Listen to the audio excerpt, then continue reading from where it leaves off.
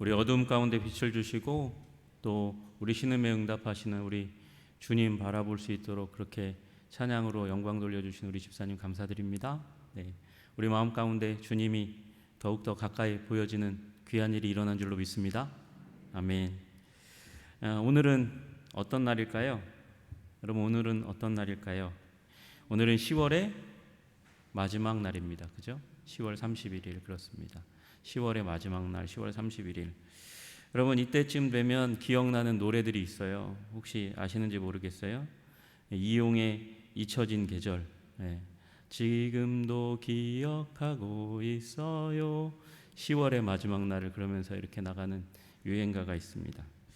여러분, 제가 이 노래를 좋아하고요. 이용이라는 노래가 제가 10살쯤 뭐 그렇게 됐을 때 감수성이 풍부할 때 TV에서 되게 많이 나왔기 때문에 이 노래도 뜻도 모른 채 되게 많이 불렀어요. 요새는 이 노래를 아이유나 임영웅이 부른 노래로 버전으로 그렇게 들으시는 일이 있는데, 여러분, 근데 이 노래 한 번만 들으시고 여러 번 듣지 마시기를 바랍니다. 옆에 있는 사람이 싫어해요. 이거 슬픈 이별 노래거든요. 근데 옆에 있는 분이 그 노래를 심취해서 부르는 걸 보면 아마 화가 날지도 모를 것 같아요.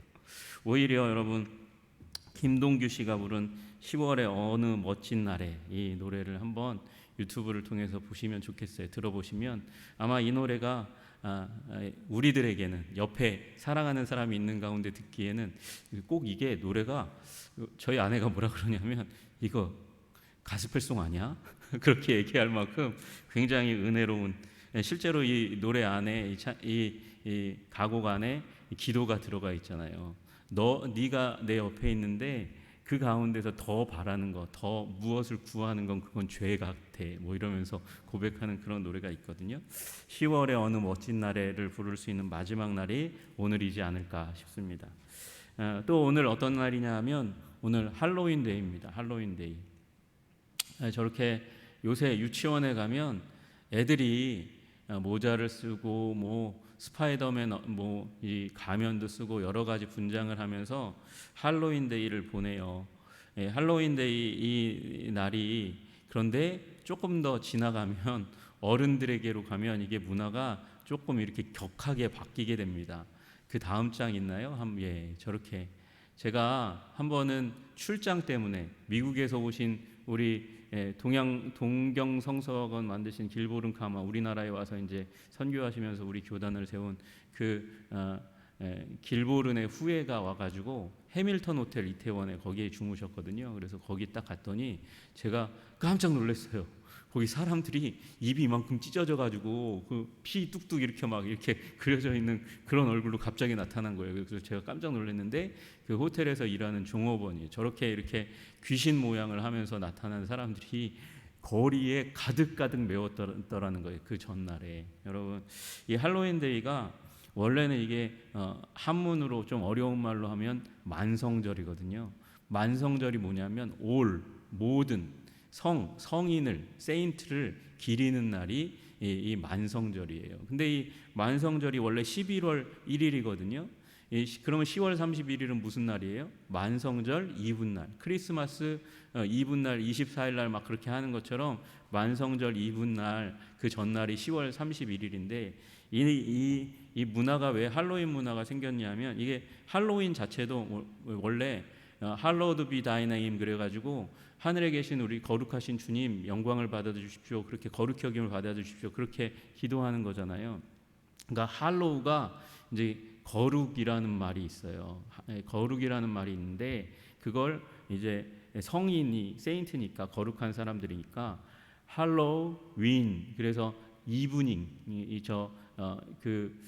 전날이라는 말로 이렇게 할로우 이브닝, 그래서 그래서 할로윈 데이라고 그렇게 쓰여진 건데, 이게 이 켈틱 문화와 딱 만나면서, 켈틱 문화는 원래 이제 영국에 살던 지금 아일랜드 사람이거든요. 아일랜드 사람들은 10월 31일과 11월 1일이 이게 연말과 연초예요. 연말과 연초에 죽은 자들과 산 자들의 경계가 생겨가지고 귀신들이 튀어나오는데, 그때 귀신에게 잡혀가지 않으려면 귀신 얼굴 복장을 해야 된다고 그러면서 이런 문화가 생겨나고, 이게 현대 상업주의가 갑자기 막 이걸 사용하면서 어떻게 해요? 뭐 팔아먹으려고?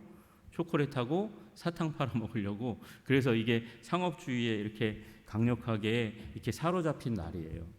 여러분, 이날 때문에 이날 어린 아이들이 막 귀신 모양하고 그걸 흉내내고, 어른들이 흉내내고, 저 이태원에 가면 꽉꽉 메우고, 지금도 메우고 있어요. 아마 오늘이 피크일 것 같아요. 가지 마세요. 차가 지나가다닐 수가 없어요. 그리고 오늘은 그러나 더 중요한 날입니다. 오늘은 어떤 날이냐면 1517년 10월 31일 날 이 성 베드로 성당의 건축, 그것 때문에 면죄부를 발행하는 카톨릭 당국, 도운의 혈안이 되어 가지고 성경이 예수 그리스도가 죄를 사하는 거죠. 그분의 보혈이 우리의 죄를 사하는 건데, 이 면죄부 사면 죄 사함 받는다. 너뿐만 아니라 너네 부모, 친척, 자녀들까지 다 죄가 없어진다. 이런 면죄부 팔기 시작하니까 그것에 분노해가지고 루터가 95개조 반박문을 비텐베르그 성당에 붙이면서 시작된 종교개혁 기념주일이 오늘입니다. 언제요? 1517년 10월 31일. 그러니까 역사적으로 따지면 오늘 저녁, 오늘 낮에 이 일이 일어난 거예요. 여러분, 루터가 왜 그렇게 했어요? 성경대로 하지 않는 것에 대한 분노가 일어났으니까. 그 분노가 우리 개신교를 만들어낸 거예요. 우리 개신교가 그래서 성경으로 돌아가자. 성경대로 안 하니까 카톨릭이. 그리고 성경으로 돌아가 보니까 하나님의 은혜로 구원받는 거예요. 오직 은혜, 오직 성경, 오직 은혜, 오직 믿음으로 우리가 구원받는다. 오직 믿음. 그리고 솔라 스크립추라, 오직 성경으로. 그리고 마지막에 오직 하나님의 영광을 위해서, 솔리데오 글로리아, 5개의 오직으로 종교개혁을 이루어 갔습니다. 그 기저에 뭐가 있어요? 성경대로 하지 않는 것에 대한 분노가 있는 것이죠. 여러분, 어떤 사람이 분노를 일으킬 때 그 사람을 주목해야 됩니다. 왜 분노를 일으켰는지, 왜 분노 가운데 사로잡혔는지 그걸 아는 것이 너무나 중요하죠. 여러분, 오늘 본문은요, 우리가 신앙의 주님으로 따르는 예수 그리스도, 그분께서 이제 분노하신 장면이 오늘 성경의 본문이에요. 마가복음 11장이 예수님이 분노를 하십니다. 소위 이 사건을 성전 정화 사건, 성전 청결 사건이라고 불러요. 마태, 마가, 누가복음에 다 나오고요. 그리고 요한복음에도 나와요. 아마 요한복음에는 2장에 나와요. 그러니까 예수님의 초기 사역에 이렇게 일어난 일인 것처럼 이렇게 얘기해요. 그런데 또 마가, 마태, 누가복음은 어디에? 뒷부분에 이렇게 나와요. 예수님이 돌아가시기 전에 이렇게 나와요. 어떤 게 이게 2번 일어난 것일까? 아니면 이게 요한이 앞에다 갖다 쓴 걸까? 여러분, 이건 중요하지 않아요. 예수님께서 분노하셨다는 게 중요한 거죠. 아마 요한이 뒤에 있는 일인데 앞에 딱 갖다 놓으면서 예수님이 그 유대교와는 완전히 다른 분이야 라는 부분을 강조하기 위해서 앞에다 갖다 놓은 것 같긴 합니다. 그런데 이 사건에 대해서 사람들이 또 오해를 하는 일이 있어요.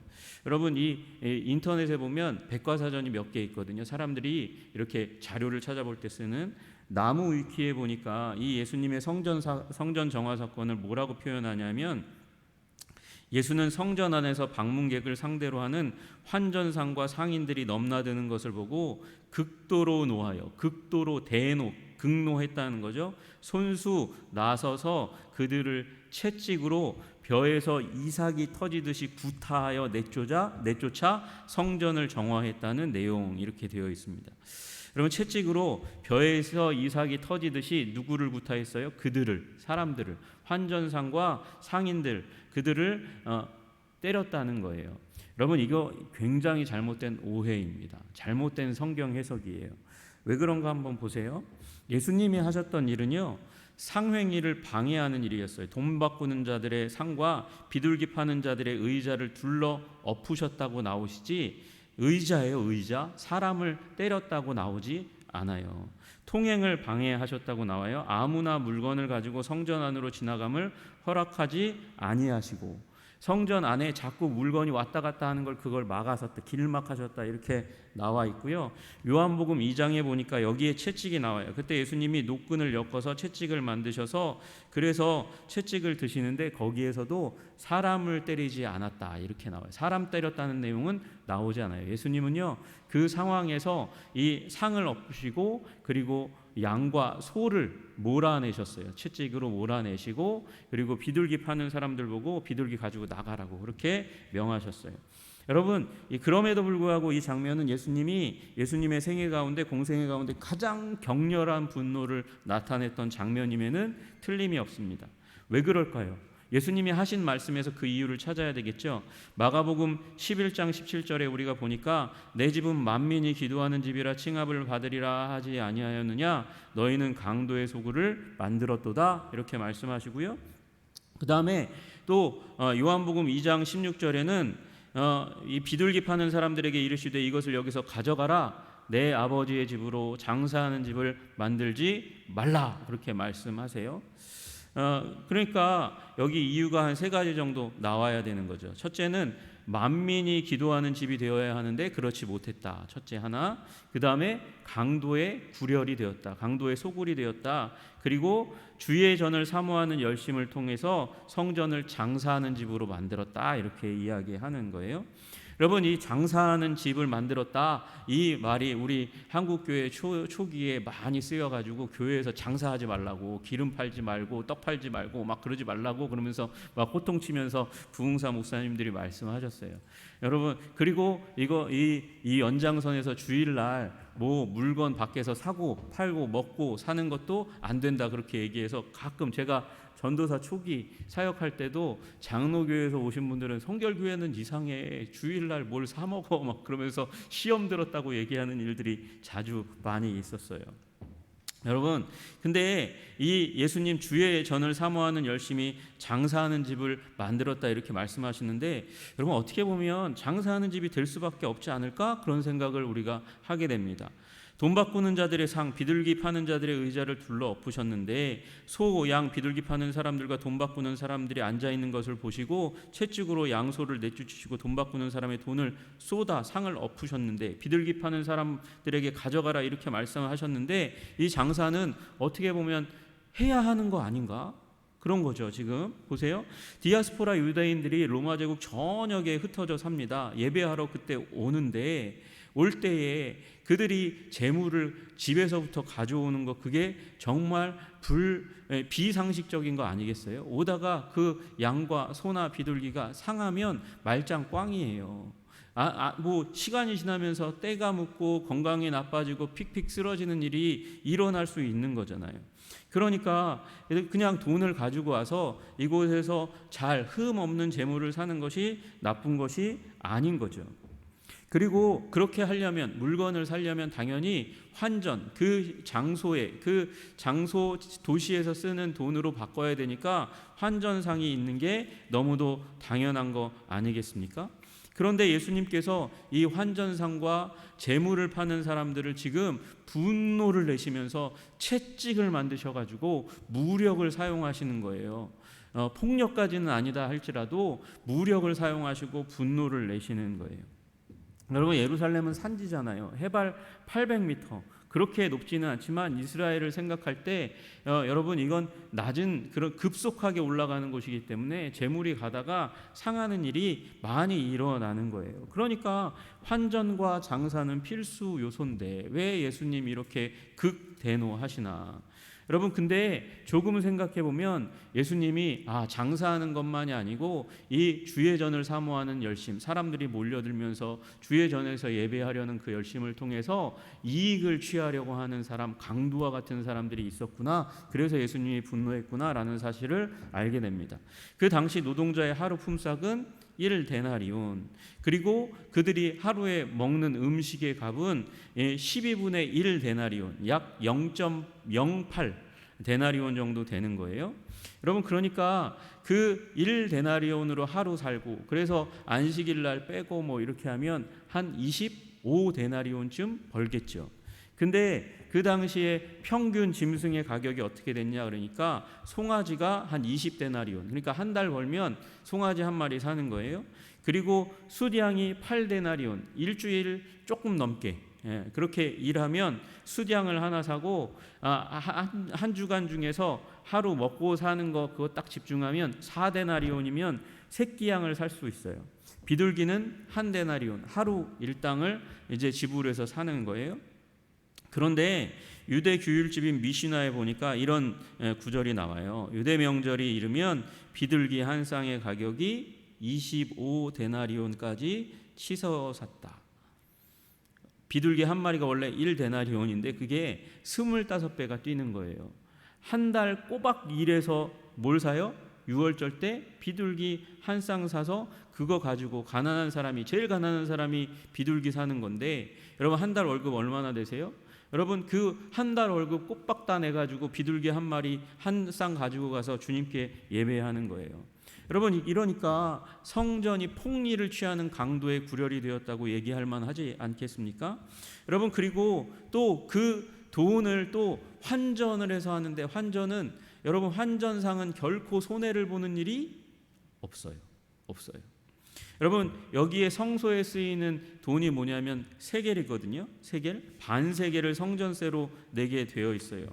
그런데 이 반세겔은 원래 하나님께서 이제 성전세를 내서 성전의 운영에 쓰이도록 그렇게 허락하신 건데 이 세겔에다가 돈을 이제 이자를 붙여가지고 그 환전세를 붙여가지고 폭리를 취해서 돈을 바꾸어 주는 것이죠. 게다가 그러면 미리 세겔을 준비해 오면 되잖아요. 네, 그러면 되죠. 그러면 되는데 문제는 세겔이요. 이 두로에서 쓰던 이 세겔이 문제는 성전에서만 쓰니까, 많이 쓰니까 여기에 집중되어 가지고 두로에도 이 반세겔짜리 동전을 찾아보기가 힘든 일이 일어나는 거예요. 여러분 세겔로 돈을 바꾸는데 세겔을 구하기가 힘드니 와서 바꿨는데 너무 비싸게 바꾸니까 가슴이 무너지잖아요. 여러분 그러니까 여기 이곳에서 예배를 드리러 온 사람들이 여기를 예배드리러 와서는 하나님을 경배하고 기쁘게 죄사함 받고 하나님의 백성이라는 그 자부심을 가지고 가야 되는데, 여기 들어오자마자 이곳에서 여러분 원망과 분노가 터져 나오는 일이 일어나는 것이죠.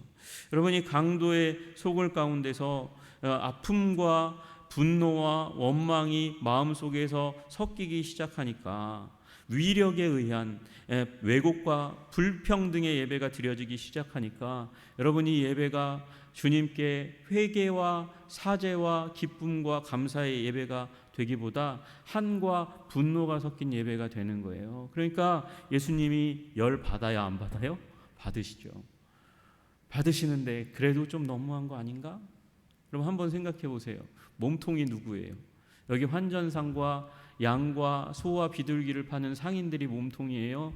아니면 요 자리를 내어주면서 이 자리에 자리세를 뜯어감으로 말미암아서 고리로 이렇게 환전을 할 수밖에 없고 재물을 팔 수밖에 없게 만드는 그 성전의 배후 세력이 몸통이죠. 그들이 몸통이죠. 그런데 예수님은 몸통에 대해서 뭐라고 물론 말씀하셨지만, 성경 가운데 곳곳에서 말씀하셨지만 그들에게 채찍을 드시지 아니하시고 지금 어떻게 보면 당하는 건 마찬가지인 상인들을 향해서, 환전상을 향해서 예수님이 채찍을 드신단 말이에요. 무력을 행사하신단 말이에요. 제가 보니까 이거 조금 너무하신 것 같아. 주님 조금 너무하신 것 같아요. 왜 몸통 아니고 그냥 왜 깃털에게 그렇게 무력을, 분노를 그렇게 표출하세요? 여러분 그런데 여러분 조금 더 생각해 보시면 이런 일이 일어나는 거예요. 문제는 사람들이 아주 많이 이 성전에 유월절에 몰려들어요. 당시의 역사가였던 요세푸스가 뭐라고 얘기하냐면 이때에 로마 황제에게 보고하는 보고서니까 잘 썼겠죠. 보고서에 예루살렘에서 유월절 때 희생양으로 잡히는 양의 수가 얼마나 되는가 봤더니 25만 5,600마리 25만 5,600마리 정도 된다 이렇게 얘기했어요. 그러니까 요세푸스는 한 27만 명 된다 이렇게 얘기하고요. 여러분 가족들이 함께 오니까 최소 한 10만 명 정도가 이 예루살렘에 유월절날 몰려드는 일이 일어나는 거예요. 여러분, 그렇게 많은 사람들이 몰려드니까 돛대기 시장이 되죠. 사실 희생제물과 환전은 성전의 완전 바깥의 구역에서 이루어지도록 되어 있었는데 사람들이 많이 급속하게 물밀듯이 몰려드니까 그 성전 안쪽에 자리세를 주면서 상인들이 그 자리를 차지하도록 만든 거죠.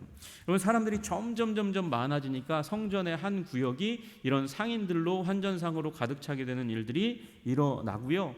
그리고 여러분, 성이 이렇게 있는데 여러분, 한켠이 예루살렘 성전이잖아요. 그런데 물건을 가져오면, 감람산 쪽에서 물건을 가져오면 원래 성전 구역으로는 짐을 나르지 못하게 되어 있어요. 왜요? 예배에 집중해야 되니까.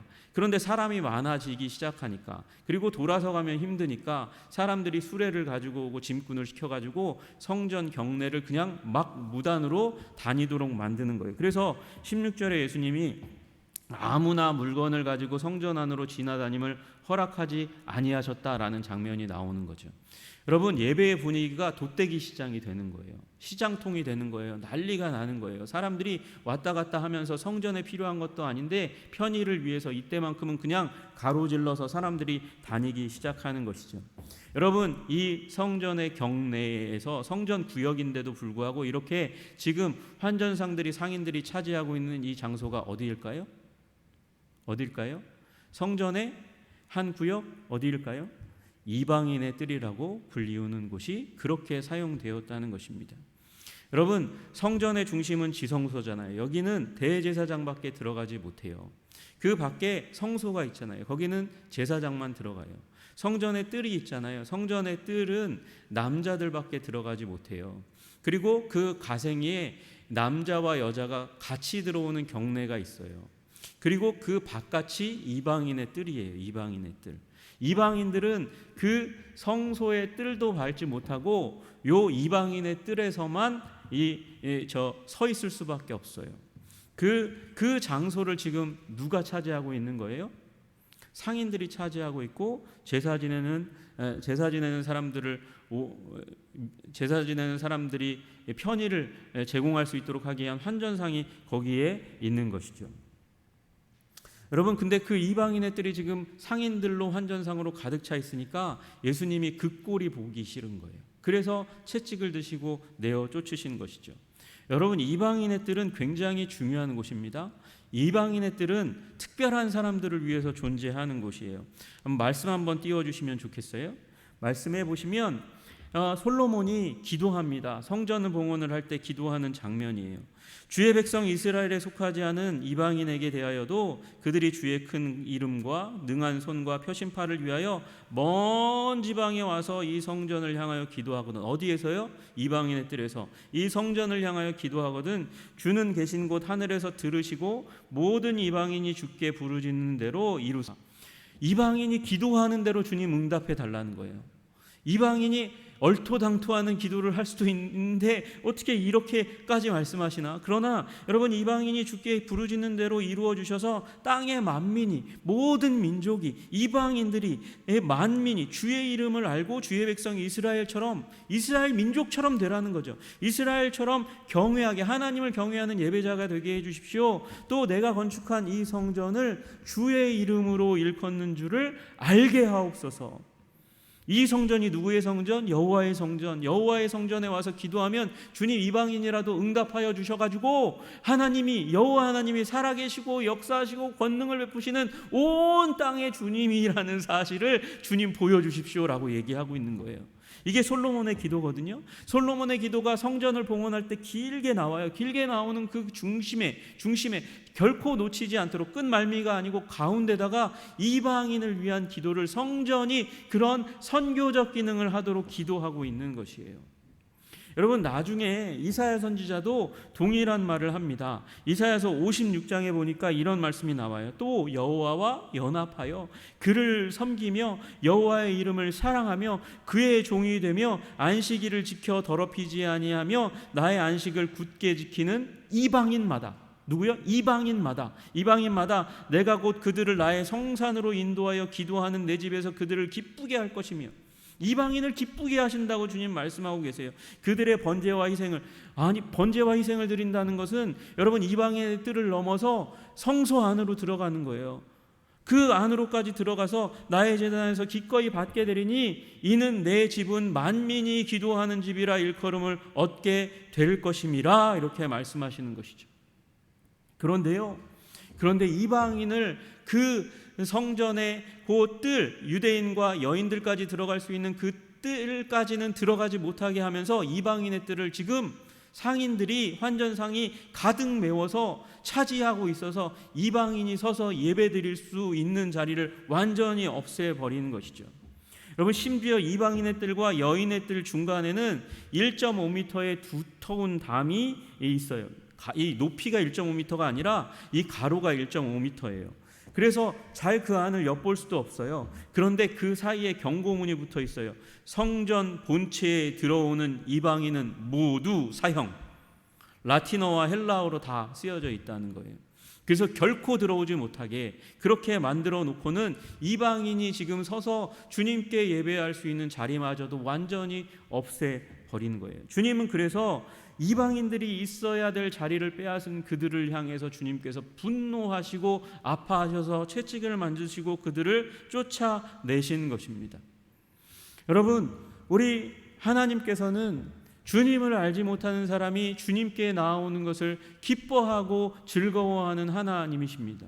여러분이나 저나 예수님을 알지 못했던 때가 있잖아요. 그 알지 못했던 사람들을 배려하고 생각하고 섬기는 것이 당연히 모든 예배자들이 해야 될 의무라고 주님께서 말씀하시는 거예요. 그런데 이스라엘 백성들이 하나님을 사모하는 그 열심으로 여기를 시장터로 만들었을 뿐만 아니라 이곳을 강도의 구렬로 만들어서 이방인이 뭐하지 못하도록, 기도하지 못하도록, 예배하지 못하도록 하나님의 백성으로 성장해가는 일을 막아서는 일을 주님께서 하셨다고 말씀하고 계신 것이에요. 여러분, 그러면 우리가 생각해 보아야 합니다. 주님, 우리의 삶을 향해서는 혹시 채찍을 드시는 일은 없으십니까? 없어야죠. 우리의 삶을 향해서 주님께서 분노를 일으키시는 일은 없어야 할 텐데, 그죠? 없어야 합니다. 주님은 언제 분노하셨다고요?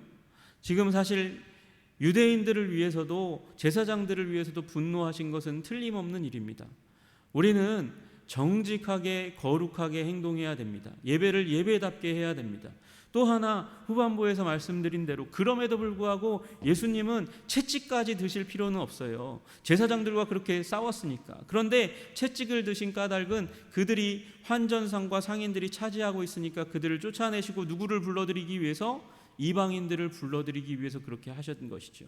여러분, 그러면 여러분, 우리가 해야 될 일이 교회에서 저희 새신자석 만들어가지고 저기는 새신자만 앉아야 됩니다, 다른 분들은 앉지 마세요, 그렇게 해야 되는 건가요? 별로 의미 없어요. 중요한 것은 우리 마음에, 나의 마음 속에 주님 이방인을 위한 마음이 있습니까? 선교를 위한 마음이 있습니까? 주님, 나의 시간 가운데 이방인을 위한 마음, 불신자들을 위한 마음이 있습니까? 분노의 마음이 아니고 사랑의 마음이 있습니까? 주님, 나의 물질의 생활 가운데 하나님, 내가 이방인을 위하여 떼어놓은 그 하나님의 영광이 하나님을 알지 못하는 자들에게까지 흘러가도록 하기 위한 아버지 물질의 분할이 있습니까? 내어드린 그 물질이 있습니까? 시간과 물질과 마음과 사랑을 따로 떼어서 주님을 알지 못하는 가장 거룩한 성전 안에서도 그런 이방인을 위한 뜰을 두었더라면 마찬가지로 우리의 삶 가운데서도 잃어버려진 자들을 위한 마음, 잃어버려진 자들을 위한 생각, 잃어버려진 자들을 향한 시간과 물질을 드려야 된다고 말씀하시는 줄로 믿으시기를 주님의 이름으로 축복합니다. 마가복음은요 굉장히 재미있어요. 이 성전에서 이렇게 성전 정화 사건을 하시는 그 앞에 예수님께서 성경에서 어마어마한 난제라고 얘기하는 일을 하시거든요.